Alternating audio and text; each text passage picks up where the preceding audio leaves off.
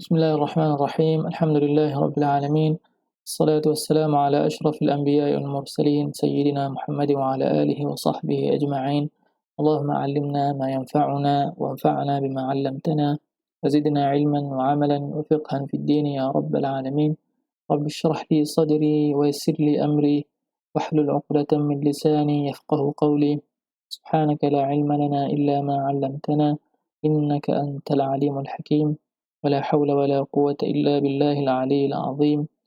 Muslimin dan muslimat yang dirahmati Allah sekalian. Assalamualaikum warahmatullahi wabarakatuh. Alhamdulillah, dapat lagi kita bertemu dalam siri yang ke-6 dalam pengajian ataupun pembacaan kitab Al-Waraqat karangan Imamul Haramain rahimahullah. Kata pengarang rahimahullah, قال المؤلف رحمه الله ونفعنا بعلومه وبه في الدارين آمين. ومن وجه آخر ينقسم إلى حقيقة ومجاز، فالحقيقة ما بقي في الاستعمال على موضوعه، وقيل ما استعمل فيه ما اصطلح عليه من المخاطبة، والمجاز ما تجوز به عن موضوعه.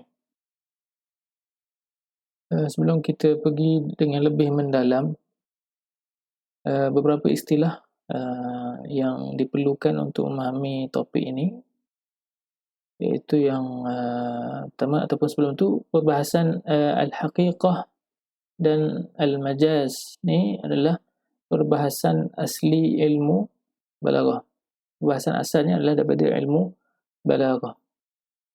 Dan di sini ulama usul mengambil apa yang sesuai dengan metodologi perbahasan usul fiqh, kerana kaitan perbahasan ini dengan penggunaan perkataan dari segi haqiqah dan majaz, yang mana haqiqah dan majaz ni berlaku dalam Al-Quran dan As-Sunnah, maka tidak dapat tidak perbahasan ini menjadi sebahagian apa yang dibincang dalam ilmu usulul fiqh.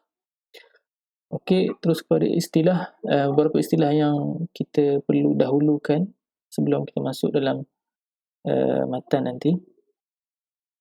Yang pertama al-wad'u. Al-wad'u ni kita boleh terjemah dia lah asal penggunaan lah. Asal penggunaan.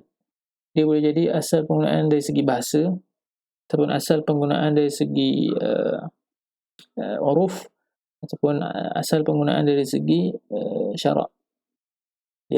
Ataupun kita boleh terjemahkan ni kepada setting.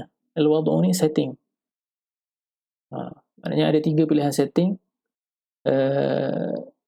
Setting linguistik dari segi lugah ataupun dari segi uruf.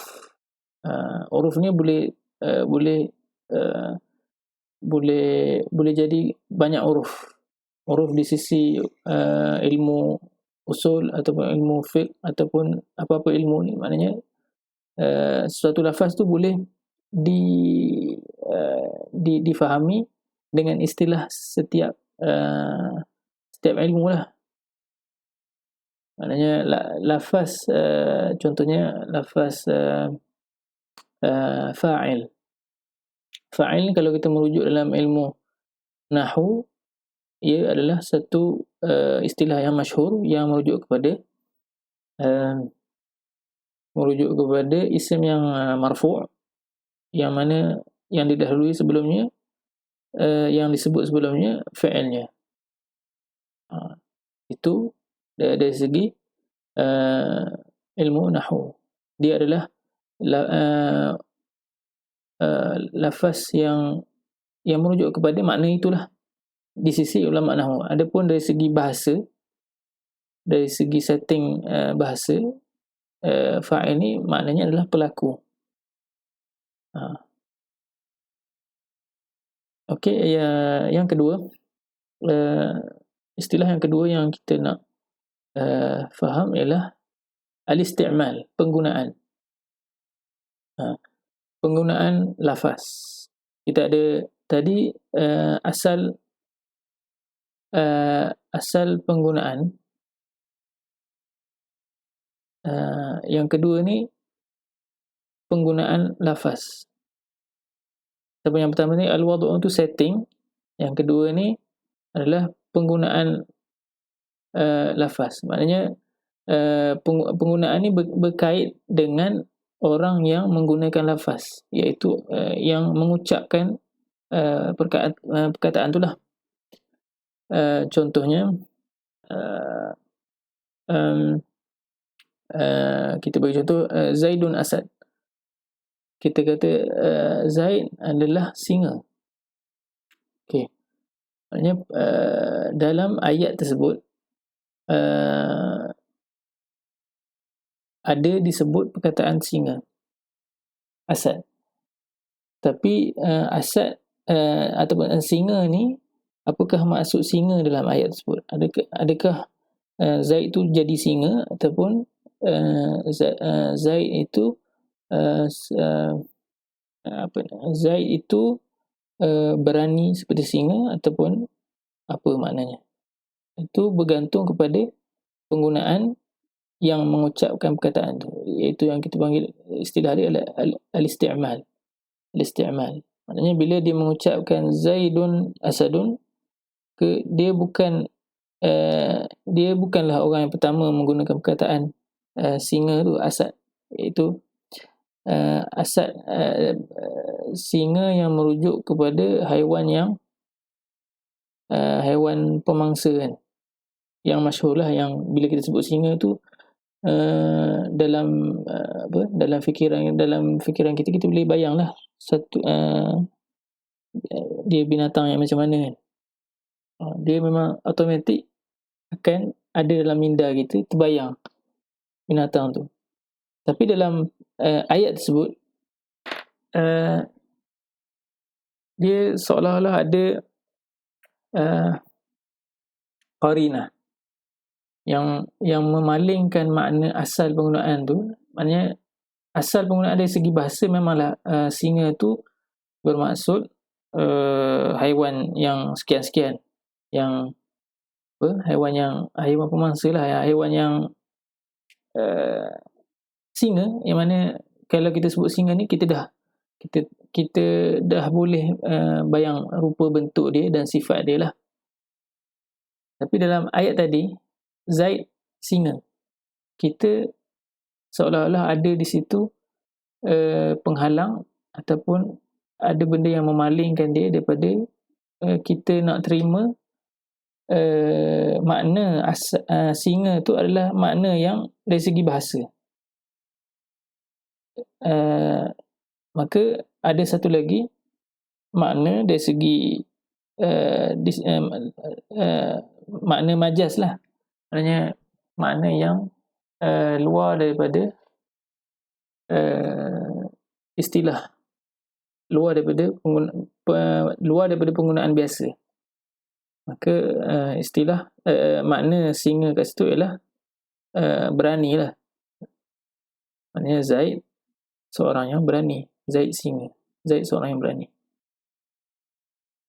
Okey, itu istilah yang kedua, al-isti'mal. Yang ketiga, istilah al-hamlu. Al-hamlu ni maknanya tanggung. Istilah ni dia berkait dengan pendengar. Maknanya bila kita sebagai pendengar, orang yang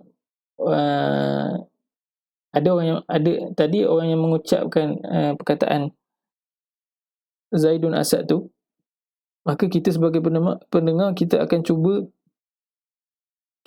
cuba memahami makna singa dalam ayat tu. Apa makna singa dalam ayat tu?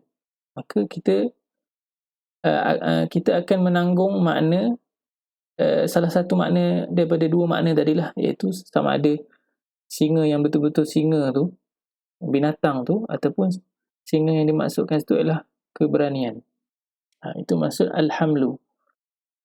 Maka yang logiknya adalah bila kita dengar ayat tu, kita boleh anggap yang orang tu sebenarnya bercakap pasal keberanian Zaid.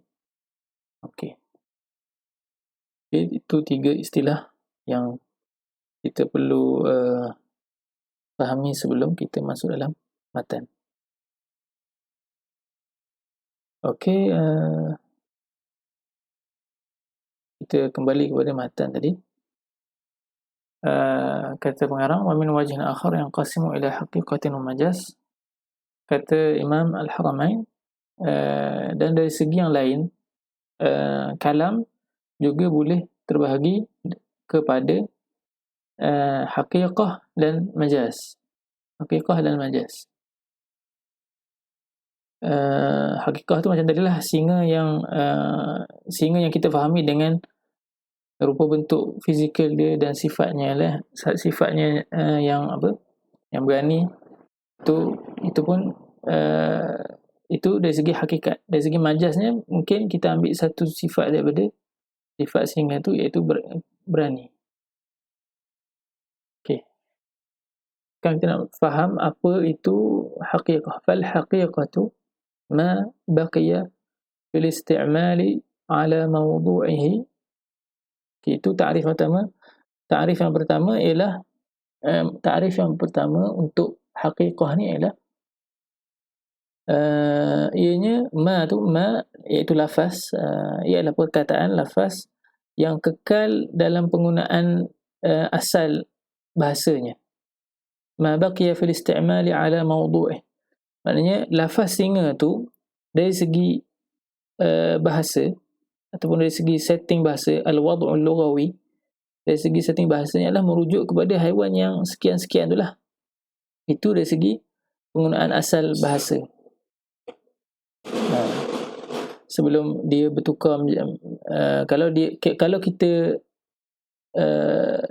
kita tak guna dia dalam asal penggunaan dia, maka kita dah memindahkan perkataan tu kepada bentuk majaz lah. Itu kita tak cakap tentang hakikat, kita bercakap pasal majaz. Itu takrif yang pertama. Takrif yang kedua, waqila mastu'mila fi mastuliha alaihi min al-mukhatibah.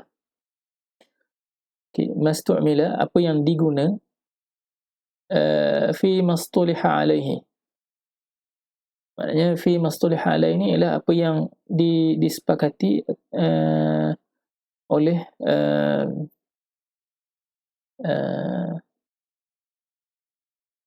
oleh ahlul lughah lah. Fi mastuliha alaihi min al-mukhatibah.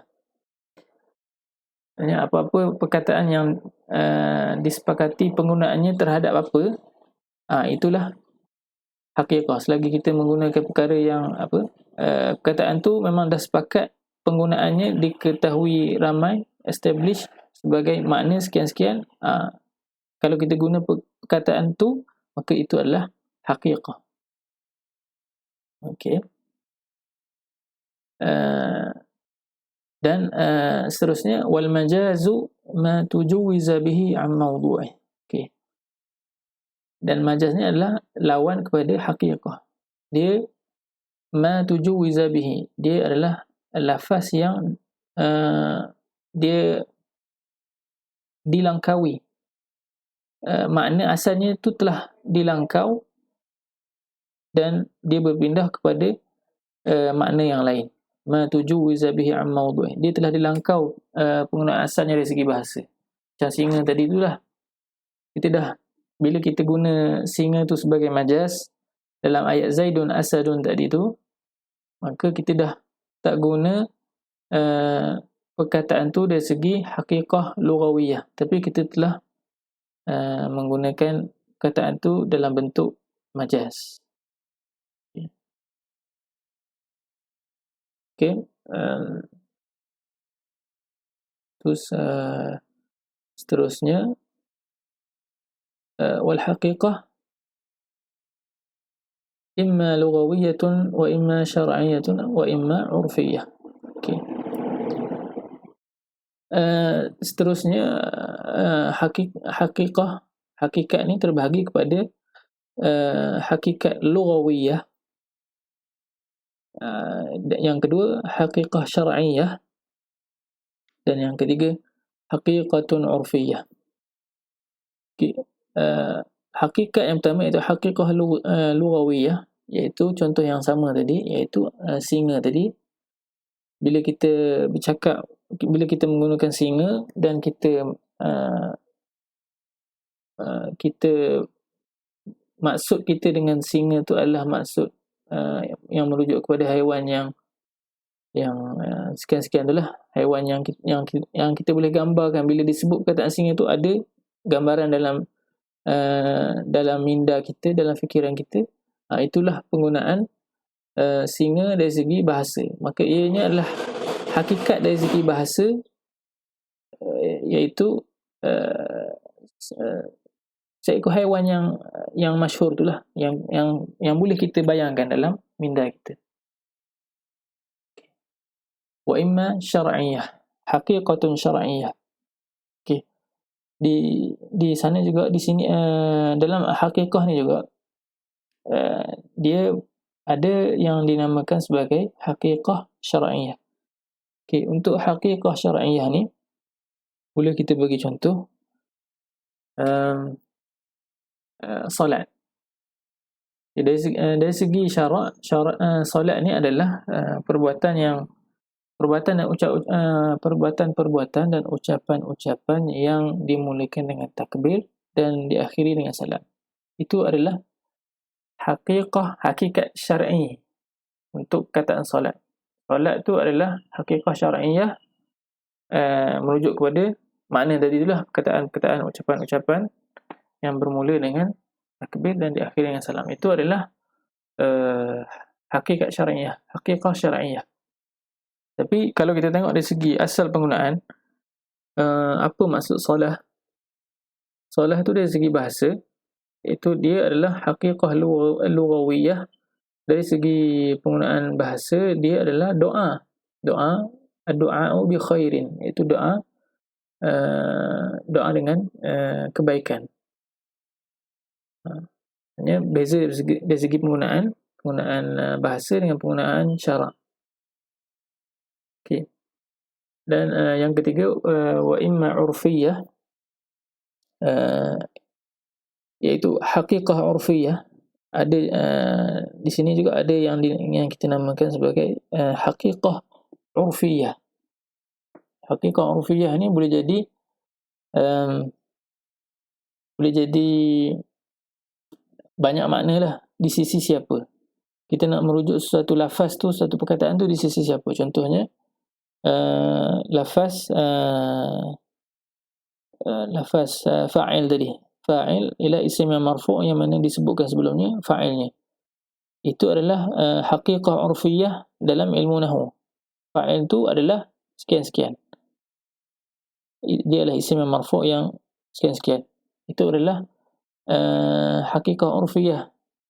Hakikat dalam uruf, dalam kebiasaan penggunaan dalam ilmu nahwu. Okey, wa imma urfiyah. Okey, seterusnya wal majazu imma an yakuna bi ziyadatin aw nuqsanin aw naqlin aw isti'ar.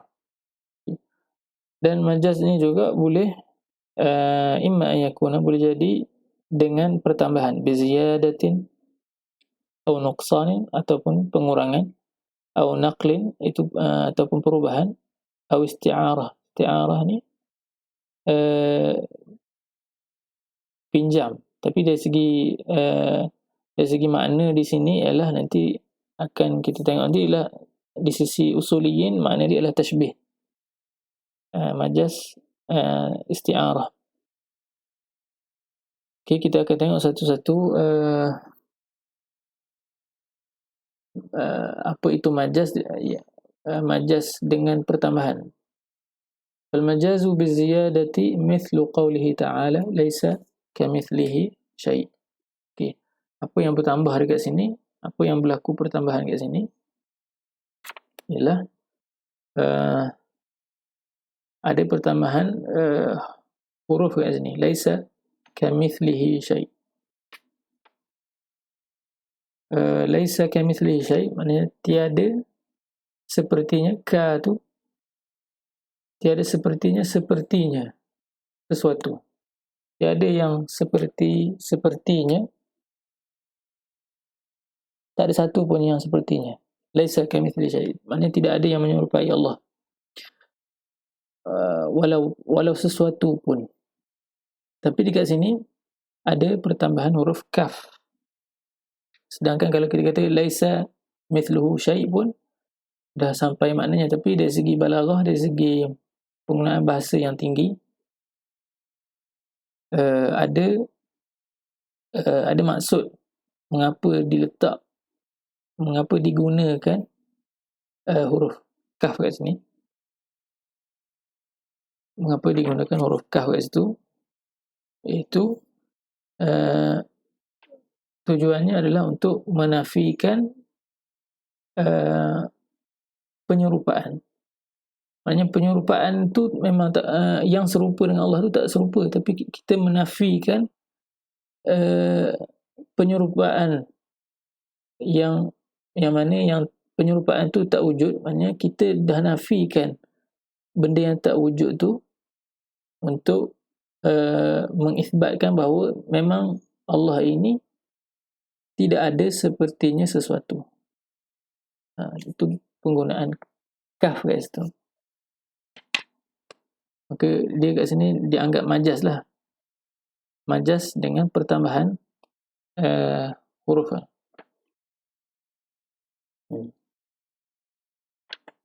Dan yang kedua, wal majazu bin nuqsan. Majaz, apa yang dikenali sebagai majaz bin nuqsan ni ialah majaz yang berlaku pengurangan. Contohnya dalam mislu qawli ta'ala, dalam ayat Al-Quran, was'alil qaryah, dan tanyalah, kalau makna literal dekat sini adalah dan tanyalah kampung. Maka dari segi zahirnya ada sesuatu seolah-olah ada berlaku kurang lah, ada pengurangan kat sini, yang mana kita takdirkan ada, iaitu ahli qaryah. Maknanya bukannya tanya kampung, tapi tanya penduduk kampung. Tapi inilah penggunaan majaz dalam Al-Quran ni, yang mana yang dikenali sebagai majaz bin nuqsan ni. Maknanya kita tak sebut Allah tak sebut was'al ahlal qaryah, tapi Allah sebut was'alil qaryah.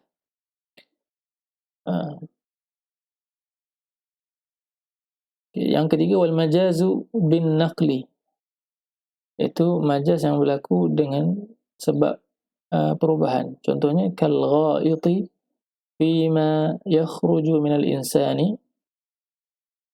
Al-ghaid ni ialah apa yang keluar daripada manusia, iaitu dari najis lah, najis yang berat ke najis yang ringan. Tapi asal penggunaan al-ghaid ni dari segi bahasa adalah tempat yang mana kita qada hajat berlaku tu ialah ghaid tu lah, tempatnya kita, iaitu bilik air lah. Tapi dia telah berlaku majaz dekat perkataan ni. Kita dah bila sebut perkataan ghaid ni, dia dah merujuk kepada benda yang keluar masa kita dalam bilik air tu, benda yang keluar daripada manusia yang kita keluarkan untuk qada hajat kita tu lah. Kita keluarkan najis tu, dia dah berubah kepada makna tu. Maknanya daripada tempat kepada benda yang kita buang tu lah, di tempat itu. Itu adalah makna majaz dari segi yang berlaku perubahan. Maknanya majaz yang melibatkan perubahan ni banyak lah. Maknanya suatu makna dari segi bahasa lain, tapi bila dari segi istilah dia ada berlaku perubahan. Dia diubah dengan pertambahan makna lain lah. Mungkin ada makna lain yang bertambah. Dia akhirnya kembali kepada penggunaan di sisi siapa yang akan menentukan majaz ke ataupun haqiqah. Dan yang ketiga, wal majazu bil isti'arati ka qawlihi ta'ala jidaran yuridu an yanqadda. Ini dalam surah Al-Kahfi, mana dia cerita pasal Nabi Musa dan Nabi Khidir bila berjumpa dengan satu ahli kampung ni, yang mana ayat dia, فانطلقا حتى إذا أتيا أهل قرية استطعما أهلها فأبوا أن يضيفوهما فوجدا فيها جدارا يريد أن ينقض فأقامه.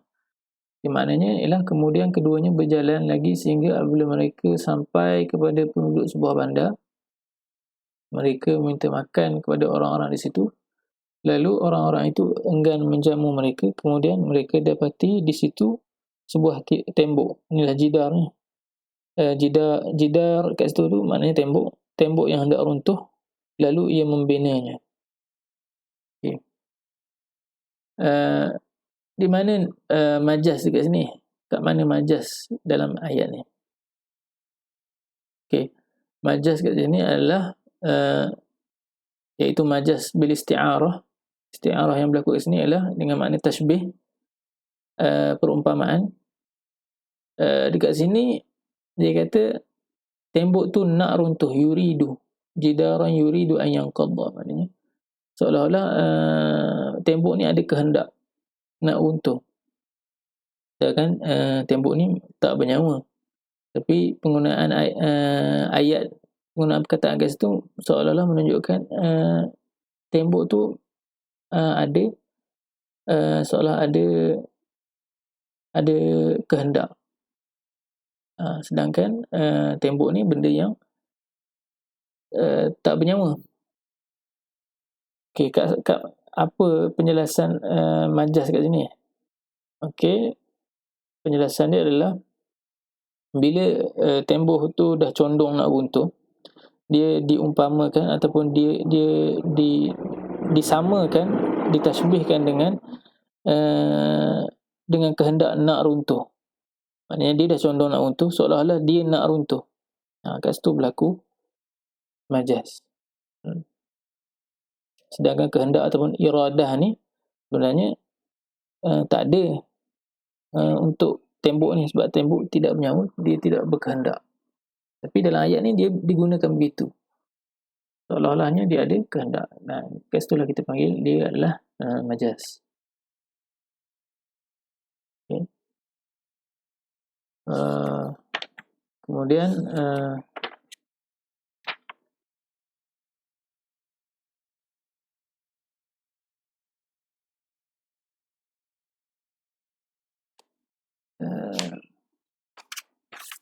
Kemudian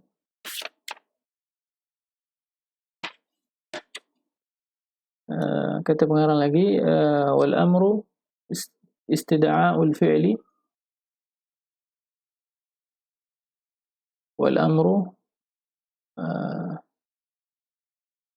استدعاء الفعل بالقول ممن هو دونه على سبيل الوجوب وصيغته افعل وهي عند الإطلاق والتجرد عن القرينة تحمل عليه إلا ما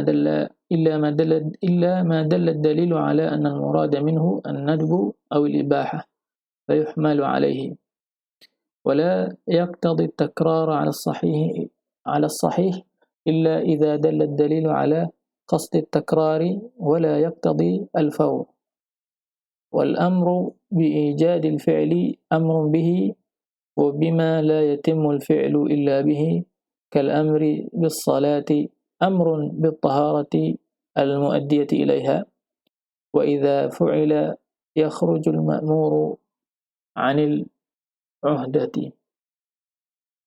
Okey, kata pengarang lagi,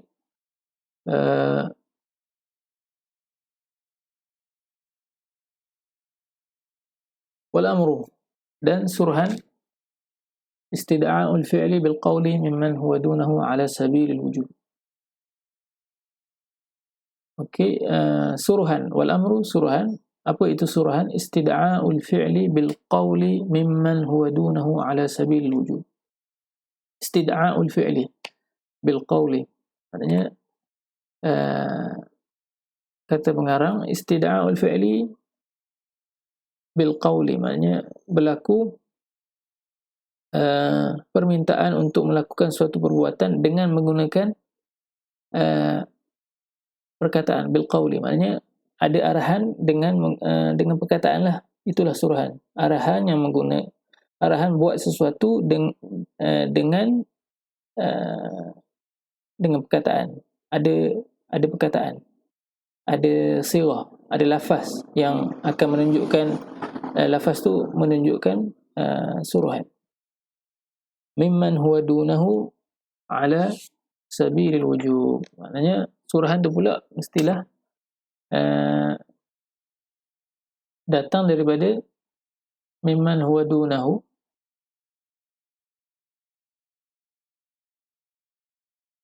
dia adalah datang daripada tingkatan yang tinggi, maknanya suruhan tu adalah daripada sumber suruhan tu, punca arahan tu adalah daripada siapa? Ialah daripada orang yang lebih tinggi, yang ada apa? Yang ada superiority lah, ada authority. Contohnya daripada arahan seorang tuan kepada hamba dia. Itulah yang dekat dengan yang kita boleh buat contoh ialah tuan suruh hamba dia. Maka dengan ala sabil wujud, maknanya arahan tu adalah dalam bentuk yang putus lah, yang wajib, maknanya tak dapat tidak kena buat. Itulah suruhan, maknanya suruhan. Dan suruhan ni ada dia punya lafaz yang mana bila kita dapat kenal pasti lafaz ni, maka kita dapat tahu ada suruhan, iaitu if'al. If'al ni maksud dia adalah buatlah, lakukanlah. Dan sirah ni wahiya 'inda al-itlaqi wat tajarrudi 'an al-qarinah tuhmalu 'alaihi. Okey. Dan if'al ataupun sirah if'al ni, bila dianya sesuatu suruhan, kalau kita tengok dalam Quran, bila datangnya suruhan indal itlaqi wat tajarrud. Apa maksud indal itlaqi wat tajarrud? Maknanya semata-mata suruhan tu bila tak ada kekangan lain, maknanya tak ada pengikat lain, dan dia tajarrud an qarinah, maknanya tidak ada qarinah yang mengalihkan makna suruhan tu ataupun memalingkan makna suruhan tu, iaitu memalingkan makna suruhan tu, maka ia adalah kita tuhmalu alaihi, maknanya kita dapat kita ambil perkataan tu, makna kita ambil dengan memahami makna perkataan tu adalah untuk ianya adalah suruhan yang wajib lah. Bila suruhan ni wajib lah, maknanya bila kita bincang al-amru ni, iaitu suruhan, dia adalah wajib. Kalau tadi itulah, kalau dia tak ada qarinah yang memalingkan dia daripada wajib. Illa ma dalla ad-dalilu ala anna al-murada minhu an-nadbu aw al-ibahah. Okey. Kecuali kalau ada dalil ataupun qarinah yang memalingkan dia daripada makna wajib.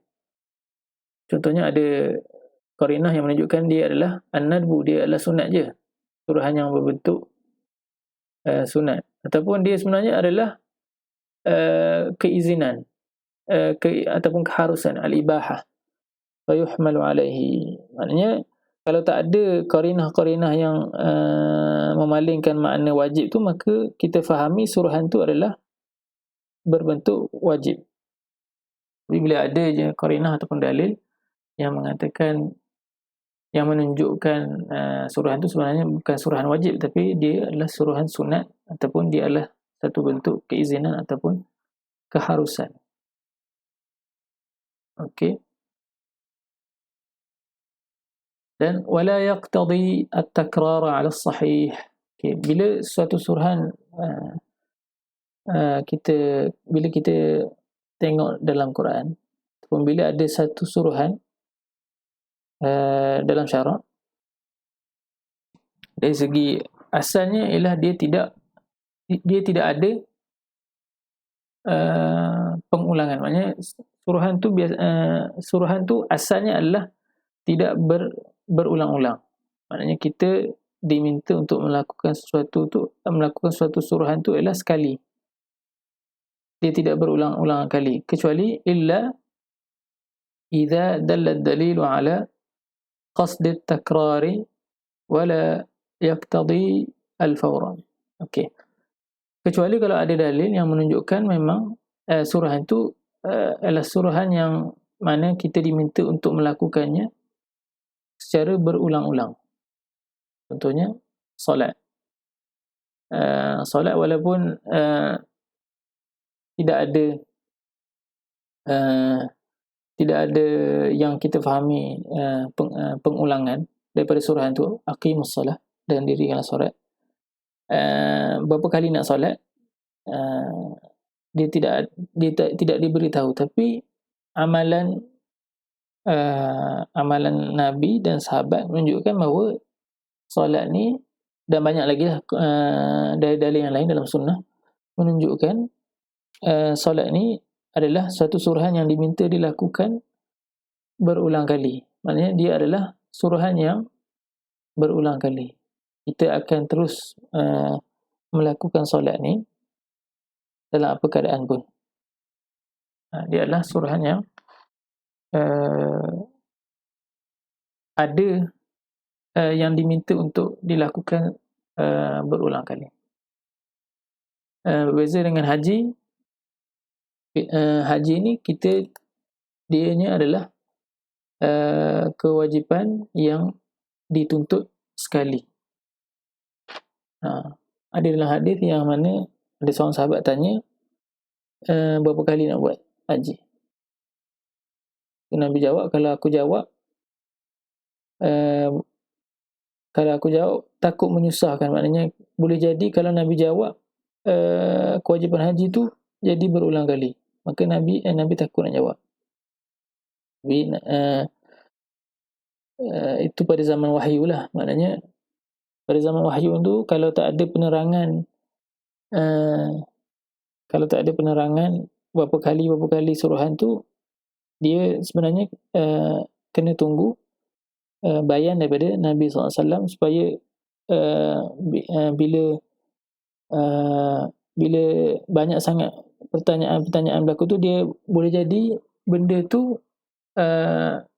Nabi khawatir suatu ibadat atau suatu perkara yang disuruh oleh Allah tu boleh jadi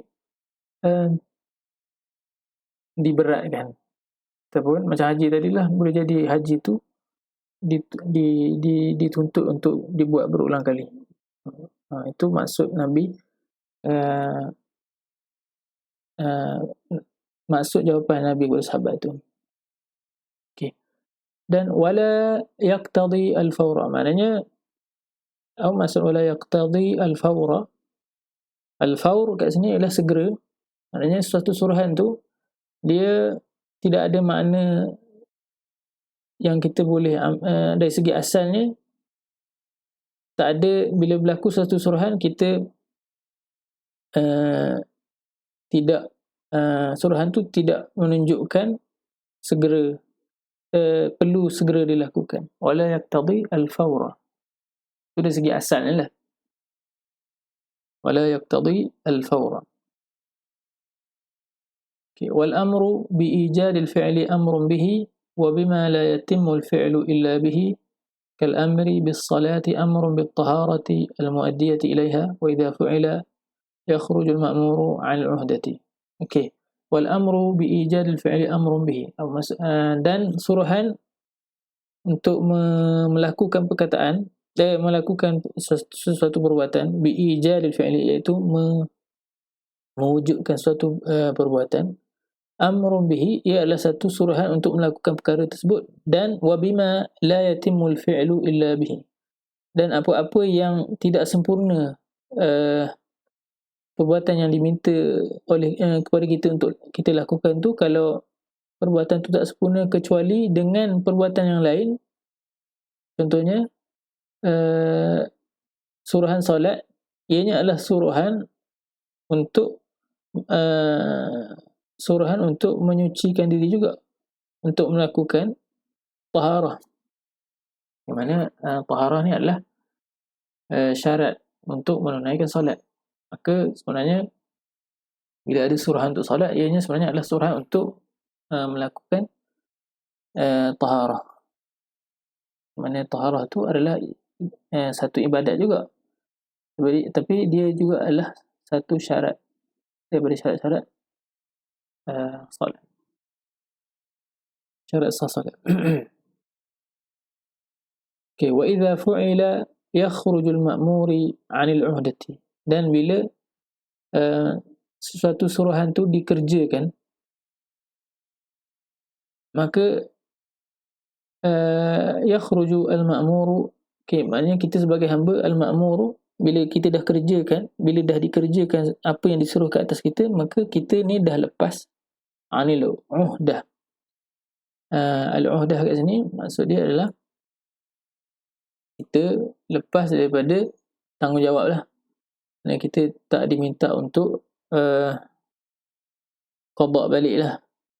Bila kita dah kerjakan sesuatu perbuatan yang disuruh, so kita dah lepas daripada diminta untuk buat benda tu, sebab kita dah buat, maka kita dah lepas tanggungjawab, kita dah selesai, sebab kita dah selesai buat apa yang disuruh ke atas kita. Okay. Bismillahirrahmanirrahim sekalian. Kemudian kata pengarang, yadkhulu fi khitabillahi ta'ala al-mu'minun was-sahi was-sabiy wal-majnun ghairu dakhilina fil khitab. Was-sahi was-sabiy wal-majnun ghairu dakhilina fil khitab. Okey. Bila adanya suatu suruhan, suruhan tu ditujukan kepada siapa? Maka yadkhulu fi khitabillahi ta'ala al-mu'minun. Maksudnya yang dituju bila satu suruhan datang, maka suruhan tu sebenarnya ditujukan kepada orang yang beriman. Orang yang beriman. Tapi ada pengecualian kat sini. Was-sahi was-sabiyyu wal-majnunu ghairu dakhilina fil khitab. Okey, was-sahi ni adalah orang yang lalai. Was-sahi was-sabi, sabi dan kanak-kanak yang belum balik. Wal-majnunu, dan orang gila, dia tak termasuk dalam suruhan. Maknanya bila suatu suruhan, bila ada satu suruhan, maka ada juga syarat-syarat untuk mengerjakan apa yang disuruh tu, maknanya taklif. Mestilah ada taklif. Taklif ni ialah balik dan berakal, dan kita dalam keadaan yang boleh mengerjakan apa yang disuruh lah. Maknanya dari segi umumnya ialah ada taklif lah. Kita ni tergolong dalam orang-orang yang boleh ditujukan suruhan tu. Dekat sini dikecualikan kanak-kanak, orang gila dan as-sahi.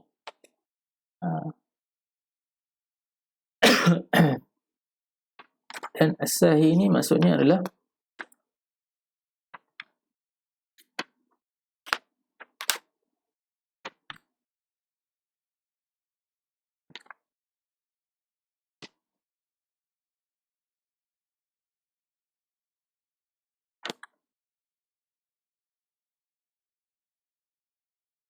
was-sahi kat sini adalah al-ghafil.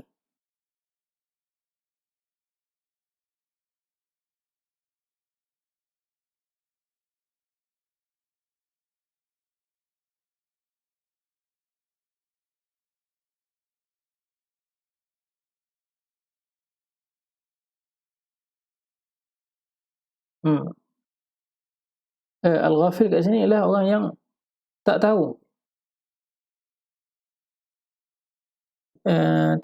suruhan. Maka macam mana dia nak buat suruhan tu? Dia tak tahu, ataupun dia ni terlalai, maka dia ni tidak ditaklifkan untuk buat. Tapi bila dia tersedar daripada kelalaian dia tu, dia perlu, kalau solat dia perlu qada baliklah. Okay, dia ada perbezaan antara orang yang lalai ni dengan orang yang lupa.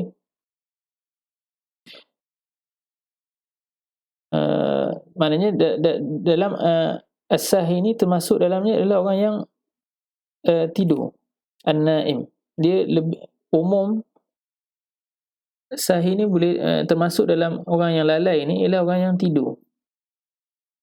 Maknanya kalau orang yang lupa, kalau diingatkan dia ingat. Tapi kalau as-sahi ni, iaitu termasuk dalamnya adalah orang tidur, dia dah tidur, maknanya dia tidak ditaklifkanlah untuk melakukan perbuatan yang disuruh. Kalau dia dalam keadaan tidur, maknanya bila dia jaga, barulah dia boleh melakukan apa taklifan yang apa taklifan yang perlulah yang dibuat. Maknanya dia tidak termasuk dalam arahan, dalam suruhan. Dia tidak termasuk orang yang ditujukan kepada dia suruhan. Maknanya orang yang ditujukan kepadanya suruhan-suruhan ni adalah orang yang ada sifat taklif. Maknanya dia tak tidur, tak dia berada dalam keadaan sedar lah. Okey. Wal kuffaru mukhatabuna bi furu'i syara'i wa bima la tasihhu illa bihi wa huwa al-islam. Liqaulihi ta'ala ma salakakum fi saqar qalu lam naku minal musallin. Okey. Dan orang-orang kafir juga ditujukan dengan furu' syar'i, maknanya perkara-perkara furu' dalam syariat ni. Maknanya apa perkara asas ialah perkara pokok adalah beriman dengan Allah. Bila beriman, kita diwajibkan solat, zakat, haji, umrah dan sebagainya, dan macam-macam lagi cabang dalam syariat ni. Dan orang kafir ni sebenarnya dia adalah segala suruhan-suruhan, iaitu cabang-cabang syariat ni, masuk solat, zakat, haji, umrah, puasa dan sebagainya. Mereka ni sebenarnya ditujukan juga suruhan-suruhan tadi, walaupun mereka ni orang kafir. Tetapi